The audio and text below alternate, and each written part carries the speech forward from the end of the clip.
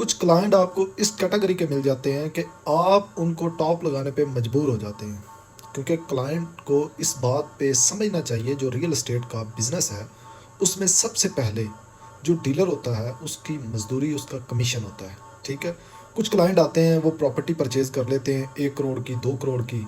जब वो डीलर के कमीशन की बात आती है तो फिर वो बहस करने लग जाते हैं, जबकि 1% हर किसी को पता है कि ये डीलर का हक है। ठीक है, अगर डीलर उसको फेयर डील कराता है तो फिर वो जिसका लाख बनता है उसको 50,000 देने की कोशिश करते हैं, जिसका 2 लाख बनता है उसको लाख या 70,000 देने की कोशिश करते हैं। तो इसी सूरत हाल में फिर डीलर जो है वो क्या करता है, क्लाइंट को नेक्स्ट टाइम टॉप लगाता है।